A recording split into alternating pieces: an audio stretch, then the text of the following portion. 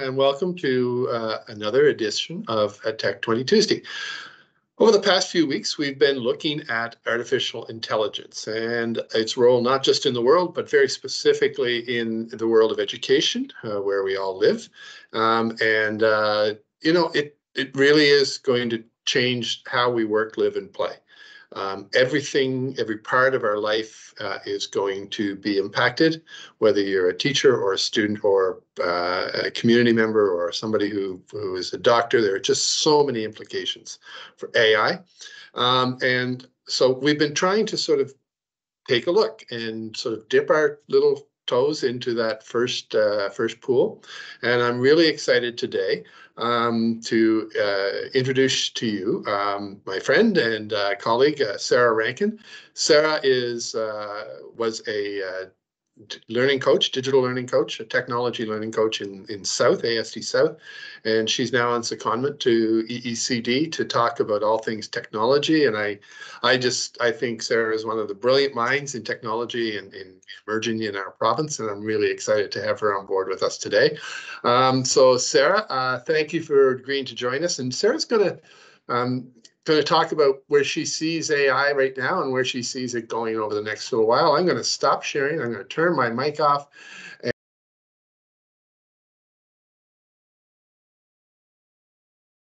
All right. Thanks, Jeff. He really pumped me up there. Now I'm nervous. So yeah, my name is Sarah Rankin. I'm a learning specialist at EECD, Educational Technologies. And what we're going to quickly talk about today is sort of, what now when it comes to AI. We are over a year now into the big craze of AI in education and the launch of ChatGPT and a lot of these other tools that have come down through the educational technology pipeline in the last year and just even months now. It seems like you can't go a day without a new tool popping up or a new tool announcing that it now has embedded AI in it. I just got an email today that said PowerSchool now has an AI feature in it. So always something to keep up with, and it's such a challenging thing to do. So let's dive right in. There we go. So what have we experienced so far as a province? What have we noticed from the department as well about what's going on? So the first is that exposing our students and ourselves to generative AI tools. So things like ChatGPT and things like Copilot or Microsoft Designer or DALL-E. It really allows us to find out where those limitations are and make them more visible to not only ourselves, but to our students. And finding those limitations is going to really help us figure out where do these tools fit best into our curriculum and maybe where do they not fit at all. Like many educational technology tools, it is just that. It's a tool, and it can be used for great things if you have the right mindset and the right attitude behind using them and maybe some good knowledge about them and what the goal is. But in the wrong hands, they can, really turn into something difficult to handle. I mean, we see that right now in the media with a lot of these issues around deepfakes. Setting clear expectations on AI use actually minimizes the risk of academic dishonesty. We're now seeing teachers who are using ChatGPT and generative AI in their classrooms to generate essays for their students to then analyze and take apart and discuss. And as the students are doing that, they're starting to find these patterns and these little intricacies about what AI generates that really just point out that it's maybe not the best solution for these things. And it's starting to get the kids really realizing that, oh, it's very clear when I've used generative AI to make an essay. The other thing we've noticed is that AI is unavoidable. It's literally creeping into every single corner of everything that we find now in education. And so this concept of, do we ban it? Do we regulate it? Yes, we do need to regulate AI. And that's a larger conversation for federal governments and things like that to discuss. But banning it is not going to be a solution. And then finally, using AI and plagiarism detectors or assuming students are using AI without having a conversation with them is a very, very risky thing to get involved in. A lot of those detectors, they're AIs themselves. And so you have to question, should I be putting my students' work into this platform and this mysterious black box that is behind it, that is holding all this data and getting trained on that data?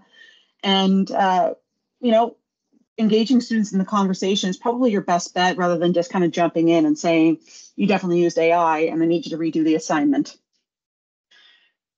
At the department level, and I'll only speak to sort of what I know in my little bit of time that I've been here so far. What are we up to? What have we been doing about AI?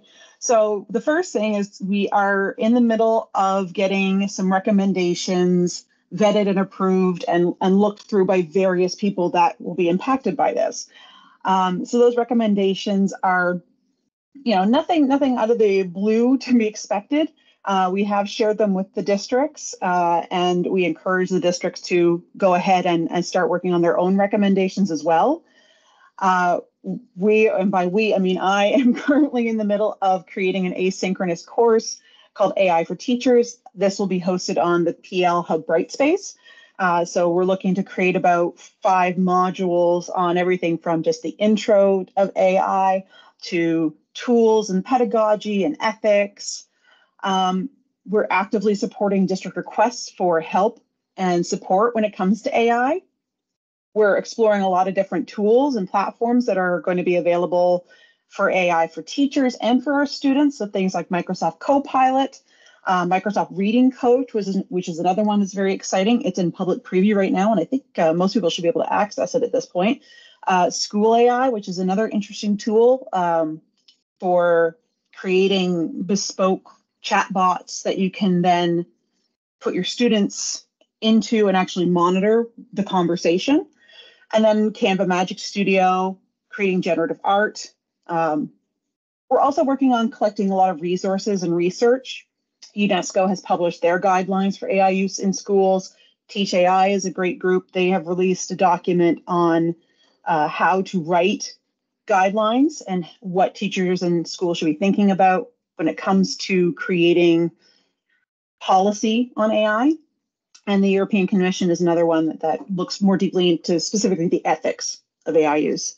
All that is now available too on our Artificial Intelligence SharePoint Hub, which I'm going to find a link for that, and I'm going to put it into the chat. So bear with me while I find that. It is right here. So this is a site that you can access anytime. I update it fairly frequently as I find cool things and new things. So this is the link, and it is sort of your central hub for finding what's new, what's out there. And then the last thing is we're trying to find out what the other provinces, territories, and what some of our neighbors to the south are up to, so that we can make sure that we're aligning our standards, our recommendations with theirs, and hopefully working together to create an ecosystem of education in our country that will leverage AI for the best. So as teachers, how could you engage with AI? Well, getting ideas and brainstorming is a great one. Using AI tools like ChatGPT, or there's a bunch of them out there now. I'm a fan of one called Perplexity, which is kind of an interesting one that actually will cite where it's getting its sources, and you can upload PDFs to it. It's kind of neat. Using that to get ideas, to brainstorm and think about curriculum, to come up with ideas of activities, to get ideas for next steps with a student that might be really struggling. Creating drafts of activities and resources. I want to be clear when I say drafts, making sure that when we're using these kinds of tools that we're not just copy and pasting and running with what the AI has automatically sent out to us. There has to be oversight, and that's where we come in as the human to make sure that whatever has been generated is accurate, that it's not biased, that it's not going to be harmful in any way. and that the AI has not gone into berserker mode and just hallucinated and given us garbage. Something else you can do is start exploring the tools that might be relevant. There's nothing wrong with diving into using some of these tools and checking them out. In fact, we highly encourage that you do so. Just make sure that you're not putting any compromising information out there onto the web or feeding any compromising information into the AI, personal data, student information, that kind of stuff. Discuss AI-related news with your students as well. There's so much happening right now, and I'm sure students are probably already discussing a lot of it. Most recent stuff, there was a big thing with Taylor Swift recently and AI-generated content, and that made the news. And so students are curious. They want to know sort of where do we stand as teachers when it comes to these kinds of things, and are we going to do anything to protect them? Look into something called prompt engineering. I think this might have been a topic at a previous one, but I really encourage you to really get in there and don't accept the first thing the AI gives you. Really probe at it, really ask it challenging questions, and try to see if you can make it hallucinate. That can also be a fun little activity, because again, you're going to find out where its limitations are and also what kind of prompts are going to work best with the AI. And then the last one, you're already doing it, yay, is engaging in PL opportunities and then sharing what you've learned. So making sure that, after you've attended sessions like these, or you've taken a course, or maybe you read a really neat article online about AI in education, going and talking to your colleague, going and talking to other teachers about what you've learned, and having that conversation is very, very important. It's important that as teachers, you realize that you're not alone in this. Everybody's kind of wondering the same things about AI. Even myself, there are days I just kind of shake my head and I go, oh my gosh, this is wild. There's so much I feel like I need to know and I don't know enough, and how will I ever keep up? We're all feeling like that. What can students do on the other side of this? How can they engage in AI? And we do want our students to be engaging with using AI. We don't want to shy them away from it and give them this idea that somehow if they use AI, they're going to be punished for it. It's about how they use AI that really makes the difference. It's not a binary, don't use, yes, use AI. There's so much gray zone in between. So the first thing is what they call the HAIH framework, human, AI, human.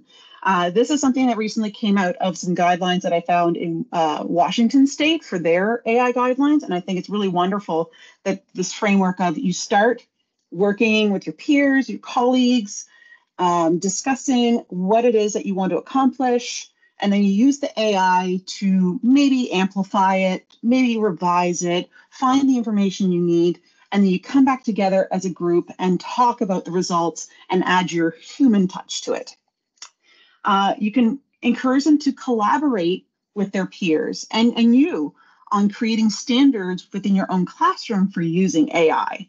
And when I say AI, I don't just mean ChatGPT, not just the generative sort of large language models. I'm talking about the whole bubble that is AI, things that do predictive analysis, or things like Reading Coach, where you can actually pick a character and pick a setting and it'll generate a story that you can read aloud. Talking to each other and creating some standards around those can be a really good practice for kids to think about how is it going to impact them and their classmates.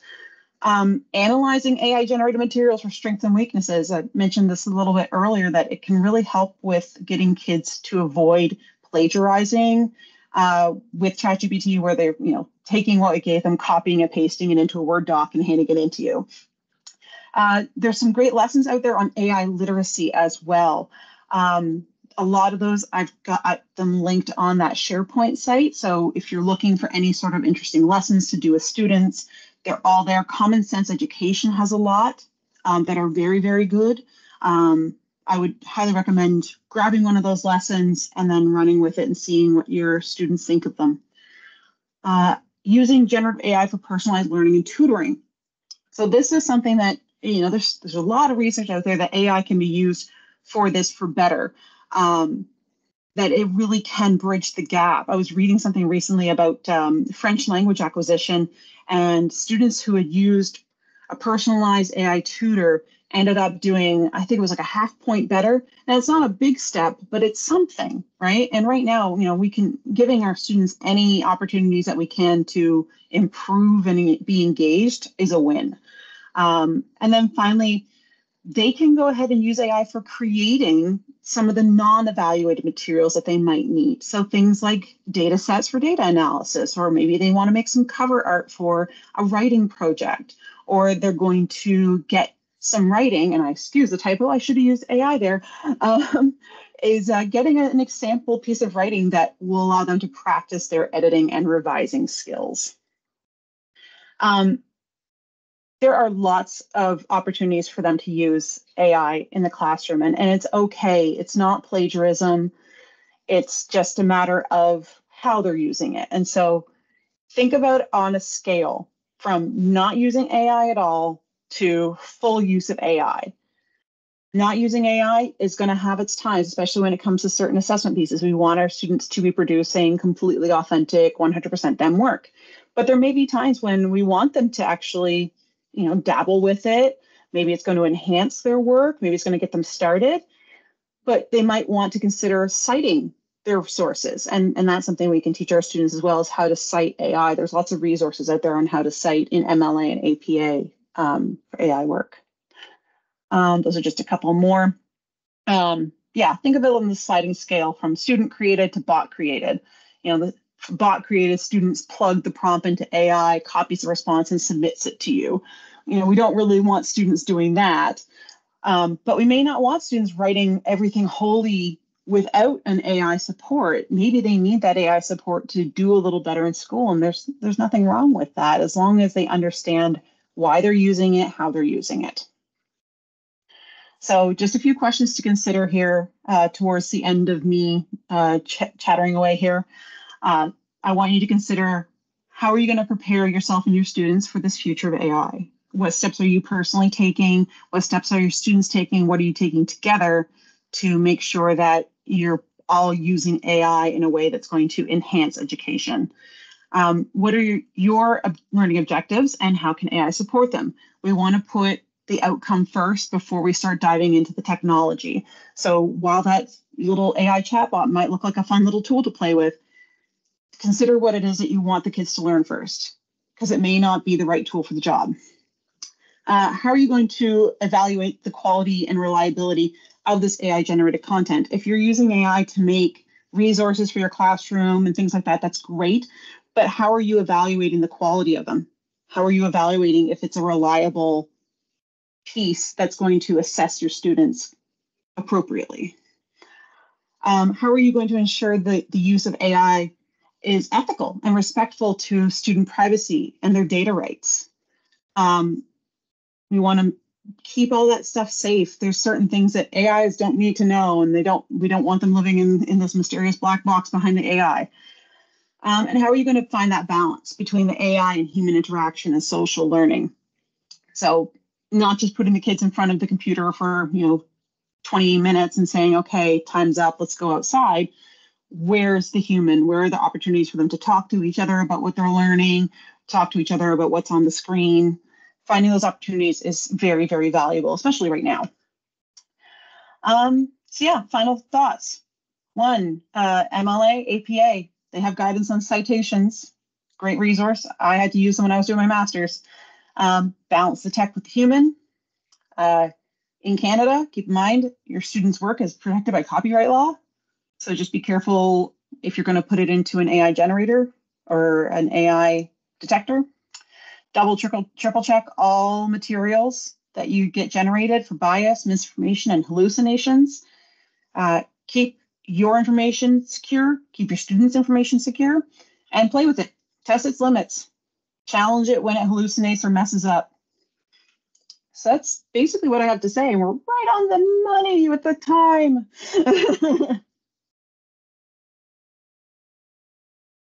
Perfect. Sarah, thank you so much. I in that 20 minutes, I've doubled my knowledge of AI and what we can do with it here in schools.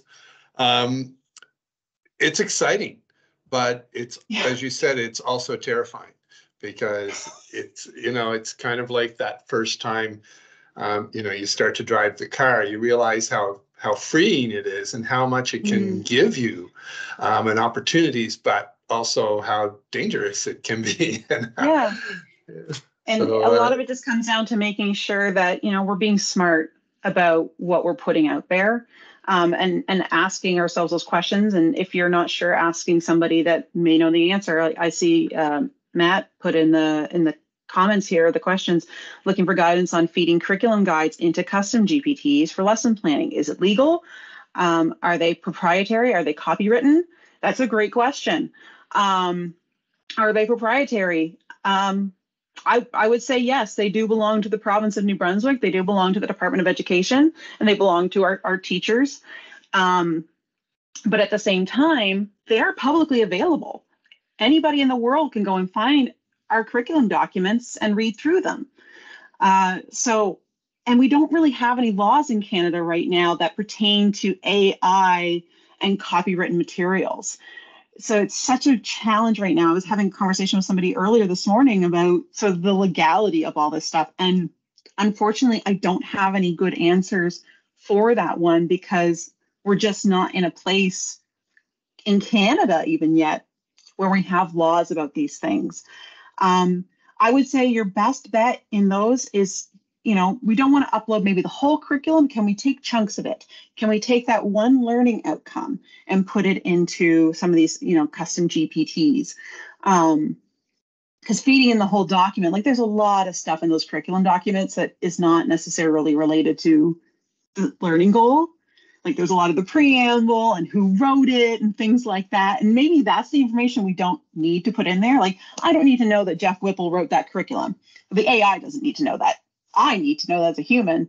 The AI doesn't need to know that Jeff wrote the curriculum, but it might need to know, well, what is it that you want the kid to learn? And so pulling that outcome and not just taking that whole big, 60-page document and uploading it. So just being kind of choosy about what we put in is probably your best guidance at this point. I only brought that up because I am a sub, and I've been long-term subbing doing French recently, and intensive French. Now, sometimes being able to search that document very quickly, that's where it could be useful. I certainly won't admit to having done but should one have done it, it certainly would make lesson planning for a course that you're unfamiliar with and you're just filling in for. I'll just put that out there. Absolutely. And here's the other thing too, is I'm assuming that you're not making money off of this custom GPT. So then, so there's the other thing of it, is like, you're not making money off of it. You're using it for personal use only. It's not, I'm assuming you're not blasting it out there on I'll call it Twitter. I refuse to call it anything else. You're using it for your own personal work, and you're not monetizing it in any way. So it should be okay. Again, I can't say yes or no for sure, because I'm not a lawyer. I'm not a legal expert by any stretch of the imagination. But all things to think about, and definitely, share that with your administrator. They may have some insights for you, because our administrators, for the most part, are the legal experts within our buildings. So having a conversation with them might be a valuable thing to do. Thanks for the question, Matthew. And thank you again, Sarah, and thank you for everybody for joining us. That is another edition of Tech 20 Tuesday. We'll be back in 2 weeks' time. Not next week. We're skipping a week. 2 weeks' time, we're back with some literacy district experts, and we'll be talking to them about using AI in their literacy programming. Thank you, Sarah, and we will see you all in a couple of weeks.